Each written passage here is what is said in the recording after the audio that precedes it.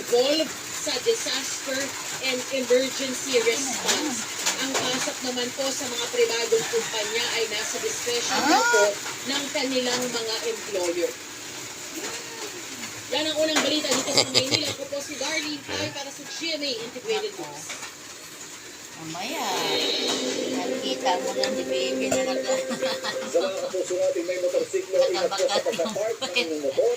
Kala ng bata, si Magsipa, kay bakat yung paa. Sa Quezon City. Laging una ka sa balita ni James Agustin, exclusive. Laki. Ngayon ako nakakita ng ganyang kalaki ah. Lamok ka, ayan. Lumok. Sa Barangay Commonwealth, Quezon City. Hanapin mo yung pangkagat niyan yan. Natanggap sila ng reklamo na may mga nawawalang motorsiklo na ipinarada ng mga may-ari sa labas ng bakan.